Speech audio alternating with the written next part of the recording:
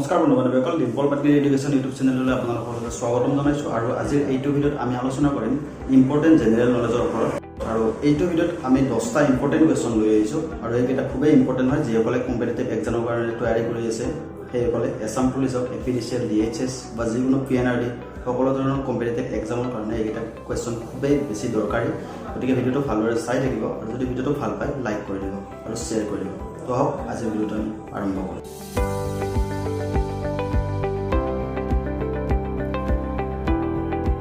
আজিৰ প্ৰথম কুৱেশ্যনটো আছে, শান্তিস্বৰূপ ভাটনাগাৰ বঁটা কিহৰ ক্ষেত্ৰত দেখুওৱা পাৰদৰ্শিতাৰ বাবে আগবঢ়োৱা হয়? ইয়াত অপশ্যন 4টা আছে, ভাৰতীয় সাহিত্য, সংগীত, নাটক, নৃত্য, ক্ৰীড়া, বৈজ্ঞানিক গৱেষণা। আৰু ইয়াৰ ৰাইট এনচাৰটো হৈছে বৈজ্ঞানিক গৱেষণা। কুৱেশ্যন নম্বৰ 2ত আছে, প্ৰথম ভাৰতীয় মিছ ৱৰ্ল্ড কোন আছিল? ইয়াত 4টা অপশ্যন আছে, লাৰা দত্ত, সুস্মিতা সেন, ৰীতা ফাৰিয়া, ঐশ্বৰ্য ৰায়। আৰু ইয়াৰ ৰাইট এনচাৰটো হ'ব option C, Reita Faria. Question number 3ত আছে, ভাৰতবৰ্ষত সৰ্বাধিক প্ৰচলিত ইংৰাজী ভাষাৰ বাতৰি কাকতখন কি? ইয়াত 4টা অপশ্যন আছে, the Times of India, the Hindu, Hindustan times আৰু দি ইণ্ডিয়ান এক্সপ্ৰেছ। আৰু ইয়াৰ ৰাইট এনচাৰটো হৈছে আপোনালোকৰ option A, the Times of India. Question number 4ত আছে, পৃথিৱীৰ বৃহত্তম মহাদেশ কোনখন? ইয়াত 4টা অপশ্যন আছে, আফ্ৰিকা, এছিয়া, উত্তৰ আমেৰিকা, এণ্টাৰ্কটিকা। আৰু ইয়াৰ ৰাইট এনচাৰটো হৈছে অপশ্যন B, এছিয়া।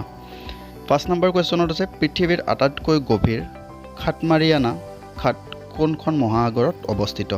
ইয়াত অপশ্যন 4টা আছে, প্ৰশান্ত মহাসাগৰ, আটলাণ্টিক মহাসাগৰ, ভাৰত মহাসাগৰ, উত্তৰ মহাসাগৰ। আৰু ইয়াৰ ৰাইট এনচাৰ হ'ব অপশ্যন A, প্ৰশান্ত মহাসাগৰ। কুৱেশ্যন নম্বৰ 6ত আছে, পৃথিৱীৰ দীৰ্ঘতম নদী কি? আৰু ইয়াত অপশ্যন 4টা আছে, কংগো, আমাজন, নীল, হুৱাংহো। আৰু ইয়াৰ ৰাইট এনচাৰটো হৈছে অপশ্যন C, নীল। নীল হৈছে পৃথিৱীৰ আটাইতকৈ দীৰ্ঘতম নদী। কুৱেশ্যন নম্বৰ 7ত আছে, মাউণ্ট এটনা ক'ত অৱস্থিত?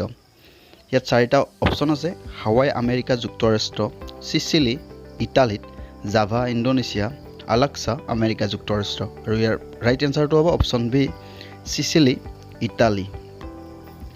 কুৱেশ্যন নম্বৰ 8, আয়াৰলেণ্ডৰ ৰাজধানীখনৰ নাম কি?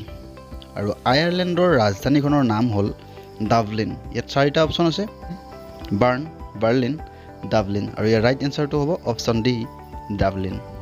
কুৱেশ্যন নম্বৰ 9ত আছে, সাংবাদিকতা আৰু ইয়াৰ সম্পৰ্কীয় বিভিন্ন ক্ষেত্ৰ যেনে জনসেৱা, অনুসন্ধানমূলক প্ৰতিবেদন, ৰাষ্ট্ৰীয় আন্তঃৰাষ্ট্ৰীয় প্ৰতিবেদন আদিৰ বাবে আগবঢ়োৱা বঁটাবিধ হ'ল?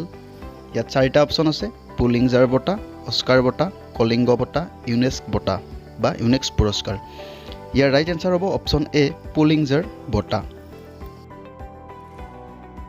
1998 চনত অৰ্থনীতিৰ বাবে কোনজন ভাৰতীয়লৈ নোবেল বঁটা আগবঢ়োৱা হয়? আৰু 10 নম্বৰ কুৱেশ্যনৰ ৰাইট এনচাৰটো হ'ব অপশ্যন D, অমৰ্ত্য সেন। অমৰ্ত্য সেন 1998 চনত অৰ্থনীতিৰ বাবে ভাৰতীয় নোবেল বঁটা আগবঢ়াইছিল তেখেতক। তো আজিৰ ভিডিঅ'টোত এইকেইটা কুৱেশ্যনে লোৱা হৈছিল। যদি ভিডিঅ'টো চাই ভাল পাইছে লাইক কৰিব, কমেণ্ট কৰিব আৰু শ্বেয়াৰ কৰি দিব। ধন্যবাদ।